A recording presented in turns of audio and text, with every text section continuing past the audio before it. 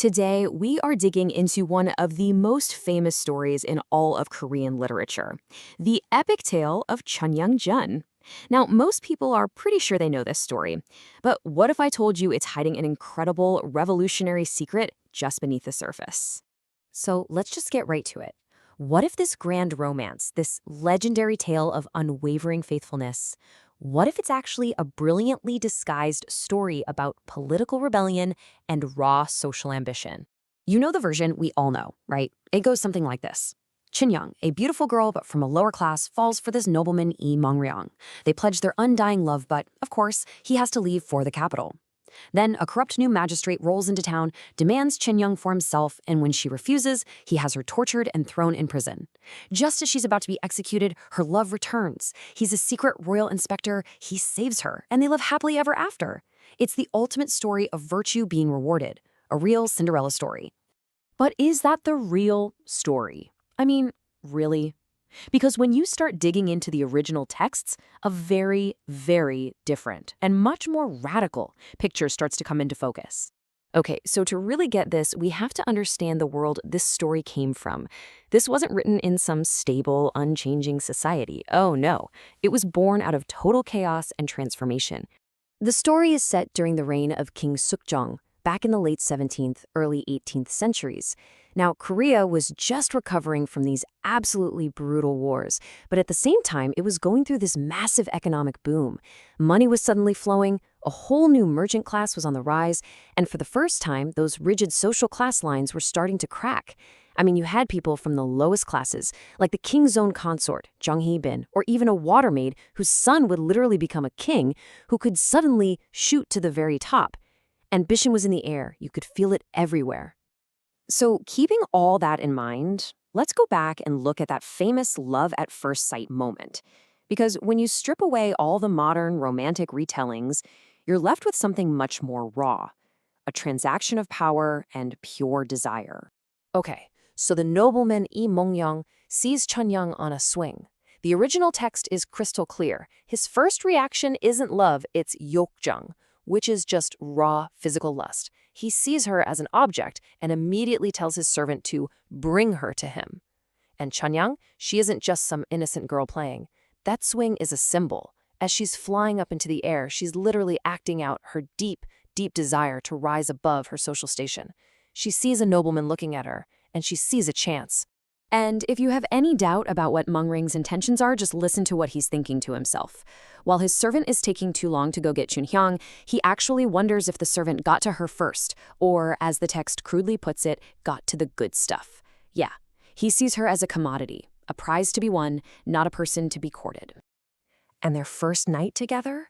Forget romance, the book describes it with these brutal, animalistic metaphors. He is a tiger pouncing on its prey, a dragon seizing a jewel. It's this powerful, carnal experience that is physically seared into Cheonryang's memory. This isn't some sweet, whispered promise. It's a physical bond, and that bond becomes the entire foundation for her incredible resolve later on. So all of this builds to the story's most famous moment, Cheonryang's defiance. But what we've just learned completely changes the game. This wasn't just some woman being faithful. No. This was a low-born girl launching a brilliant political attack against the entire establishment. And to really get her strategy, you just need to know this one concept, Bul Saigun. This was the absolute bedrock of the whole Joseon power structure. It means a loyal subject does not serve two kings. It was the ultimate expression of loyalty, the one virtue that every single nobleman was supposed to live and die by. And this is where she brilliantly turns their own logic against them. So the corrupt magistrate demands she serve him, treats her like property. But she doesn't just say no. She's way smarter than that. She declares that just as a loyal official cannot serve two kings, a faithful woman cannot serve two husbands. She takes his demand and reframes it using their most sacred ideal. And just like that, the magistrate is trapped. I mean, think about it. If he punishes her for this virtuous act of loyalty, he's publicly attacking the very foundation of his own authority. She uses their rules to expose just how hypocritical they are. It's genius. So why does this story still get to us after more than 2 centuries? It's because that love story, it's just the packaging for something much, much more powerful. It's a story about the abuse of power, about sexual exploitation, and about the deep, rotten hypocrisy of a system that preaches virtue while practicing corruption. And maybe most importantly, it's the story of someone from the very bottom of society, a so-called powerless woman who cleverly uses her intelligence and the master's own tools to fight back against a totally unjust system. I mean, come on, those themes are just as relevant today as they were 250 years ago. So the next time you hear the story of Chunhyang, remember this. She wasn't some passive damsel in distress just waiting for her prince to show up. She was an ambitious, brilliant strategist who risked absolutely everything to expose the corruption of the powerful. She was a revolutionary, disguised as a faithful lover. And that, well, that is a story far more interesting than any simple fairy tale.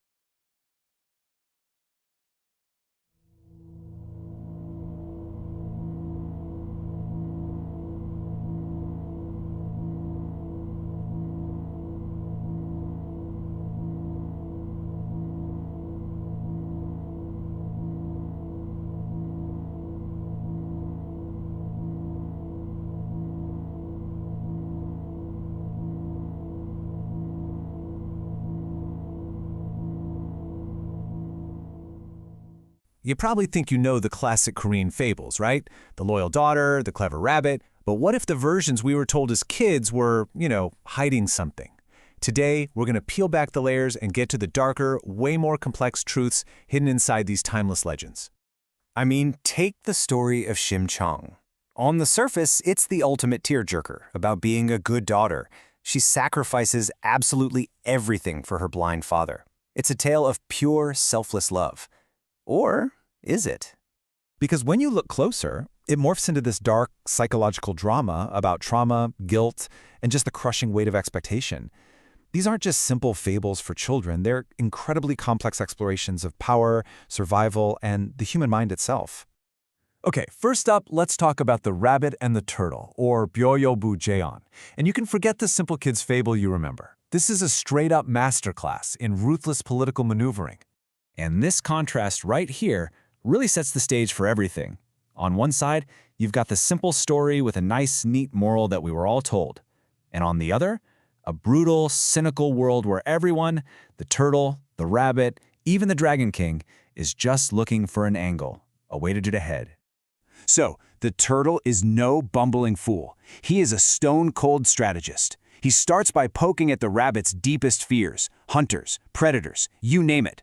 Then, he dangles the ultimate bait, a life of total luxury and power in the Dragon Palace. But here's the masterstroke. He butters up the rabbit's ego, telling him his genius is just being wasted on land. He makes the rabbit believe this isn't just an escape, it's his destiny. And the second the rabbit arrives, bam, the trap snaps shut. The Dragon King doesn't just ask for his liver, he frames this murder as a patriotic duty. See, it's not an assassination, it's a noble sacrifice for the greater good. It's a brilliant example of how powerful people justify their own cruelty. But this rabbit, he's nobody's fool. He comes up with one of the greatest, most absurd lies in all of folklore. He claims his liver is removable, and he just happened to leave it behind to dry in the sun. It's completely ridiculous, but in a court that's desperate for a miracle cure, it's just plausible enough to work. And with that one brilliant lie, the tables turn. Completely. The rabbit goes from being the main course to the king's most trusted advisor, just like that. The king believes the cure is within reach, so now he'll do absolutely anything the rabbit says. So, here's the crucial part. What does the rabbit do with all this newfound power? He doesn't just plot his escape. Oh no. He plots his revenge. He tells the king that the best way to prepare for the real medicine is, well, an appetizer made from the very turtle that brought him there. It is a cold, calculated move in a world where loyalty means nothing. Now the turtle, who was so confident just moments ago, is about to become soup. He pleads with the rabbit, the only one who can save him now, and the rabbit agrees, but for a price that reveals just how morally bankrupt this entire world really is. That's it. That's the price. Not gold, not a promise of freedom, but the ultimate humiliation. The rabbit demands to spend a night with the turtle's wife. In this brutal game of power, survival isn't just about living. It's about stripping your opponent of everything, even their dignity. But you'd be wrong to think that escaping the palace is the end of the story. In fact, maybe the most cynical lesson of this whole tale is that survival is never a final victory. It's just a relentless, vicious cycle. So, the rabbit uses his wits, he gets his revenge, and he finally makes it back to dry land. He won. He's the clever survivor who beat the system. Or has he? The very moment he's celebrating his freedom, an eagle swoops down and grabs him. The story teaches a really harsh lesson. Survival isn't a single event. It's a constant, never-ending cycle of escaping one trap only to find yourself in the next one. There is no final peace. All right, let's switch gears and turn to our second story, Shimchongjang, the tale of Shimchong. We're going to reframe this classic story of a perfect daughter as a dark psychological drama about guilt and, really, self-destruction. So let's break this down. The father isn't just poor and blind. His deepest desire is to have an heir. This puts this immense pressure on his wife, who actually dies shortly after giving birth to their daughter, Shimchong. So from that moment on, Shimchong is carrying this crushing twofold burden, the guilt of feeling like she's responsible for her mother's death and the sole duty of caring for her father. One day, her father falls into a ditch and, in a total panic, he promises a monk 300 sacks of rice, an absolutely impossible fortune, if the monk can restore his sight. This isn't a debt he can ever hope to pay. It's a debt he has now passed on to his daughter. And so, to clear her father's name and fulfill what she sees as her life's only purpose, Shimchong makes the only choice she feels she has. She sells herself to a group of sailors looking for a maiden to sacrifice to the sea gods. She trades her life for those 300 sacks of rice. Her sacrifice isn't a noble choice. It's the tragic, inevitable end to a lifetime of guilt. But what if her dive into the sea wasn't just an end? A more modern, psychological reading of the story suggests it was actually the beginning of a profound journey inward.